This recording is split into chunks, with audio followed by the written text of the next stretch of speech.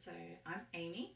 I came to find out about Life by Eight through meeting yourself and Chris. It was at a time in my life where I didn't think I was looking for anything. It was just a new year, the year I was turning 40. And if anything, I was more just like, all right, I really got to get my health and fitness on track.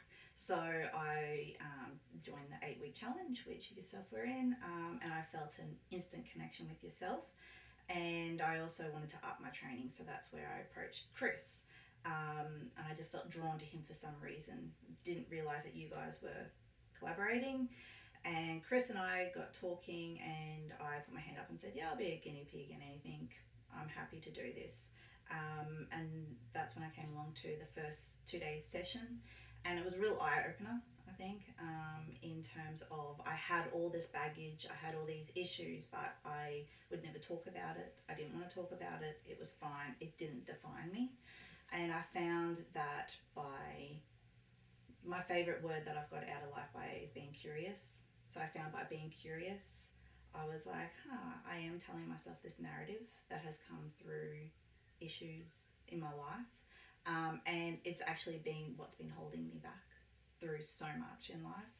And so that's how I came to find you guys, came along for the ride, and it has just helped me immensely with being curious, asking questions, and being more vulnerable as well. So yeah. Yeah. And what was your experience with cold exposure, so ice bath, over the time? I don't enjoy them. I understand why it happens and I understand the benefits for them. But for me, I find that I still have too much of a block and I'm still too negative in my thoughts, and my fight and flight mechanisms just come out, defense mechanisms just come out and overpower in that. And so I see so many people having fun, smiling, enjoying the experience, but I still have I want to get out. I get angry. I'm done. Let's stop this. I need out. I find the breath work my jam, my vibe. That's where I love it. So yeah.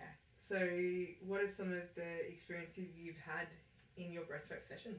So mine's been, from what I can see, and I've done a fair few now, mine has actually been quite different to the majority of people in the room. My very first one, again, had no thoughts or preconceived notion of what was going to happen, and I went through it. I could feel all the sensations. I could feel myself going into it, and I had a moment of intense euphoric feeling. I was so happy, and I came out of it and I had this big goofy smile on my face, and I felt an intense happiness that I don't think I've ever felt before, and it felt incredible and amazing.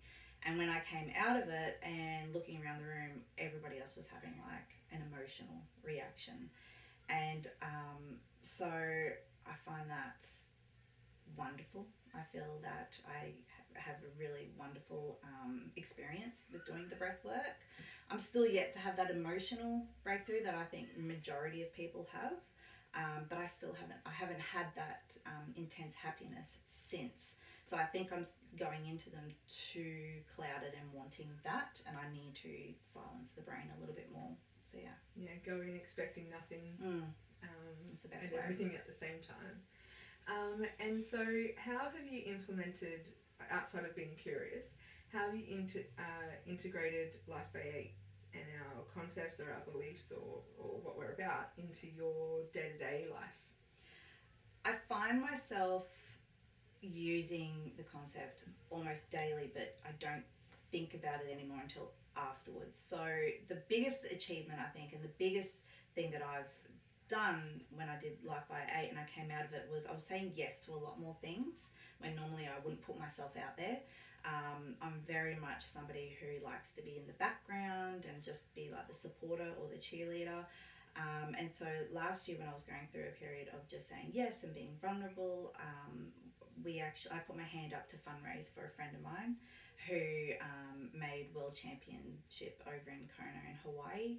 I have absolutely zero background in fundraising, event management, anything like that. And in a very short space of time, I was able to raise over $28,000 just by saying yes, by looking at the community around us who also wanted to help and wanted to be involved. And so just putting myself out there, asking questions, asking businesses to come on board, which felt so unnatural for me, but I just gave it a go. And it was incredibly scary though, because I had essentially, if I didn't raise the money, then I would have to give it all back, because if I didn't raise the entire amount, my mate couldn't go. It was all or nothing type thing. I couldn't just give him a couple of thousand. It had to be the whole lot. So that was intense pressure. But I think when you find that when you're brave enough to put yourself out there and other people say they want to be involved and you just keep doing it and keep the momentum going, you can create wonderful experiences for people. So that was the best thing about it. And then I think just in my day-to-day is just the curious. If I instantly feel negative about something, I'm like, well, why am I feeling negative? What's going on? Let's think about this more often. And I use it with the children as well. Like, why are we instantly negative, or why are we sad, or why do we not want to do this? But I think the greatest thing that it's done for me is allowed me to say yes to things and no to things. And I'm slowly putting those boundaries up and not being apologetic about it. Still have a long way to go, but I'm out there more. I'm experiencing more life experiences due to being more vulnerable and braver to say yes. Beautiful. And what is something that you would say to people who may be on the fence or haven't experienced a Life Aid event or online course yet? I know most people think that something like this is not for them. I know a fair few people will instantly think that this is all hippy-dippy woo-woo stuff. It absolutely isn't. And I think that's why I gravitated to it so much, because while I do like the crystals and the smells and things like that and chimes, I also love that it's backed by science and that there is actually something happening to your body, but then you also go away and it's not just that session or the breathwork session. You're then working on the pillars and you're incorporating them into daily life, but it's not something that you have to read a book and then go away and do. It's just taking little bits out of it and putting it into your life. So like I said, for myself, it's just sitting and asking myself the question, if I think negative about something, why are you curious? So I think for me, as I said at the beginning of this, I wasn't looking for anything, I wasn't searching for anything, but what it's done is just magnified so much in my life. It's changed,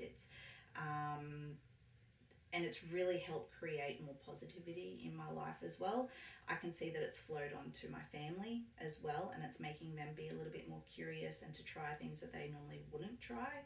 So I think I would tell people to just get on board and give it a go.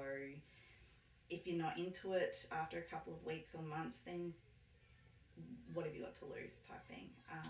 But yeah, I think everyone should give it a go.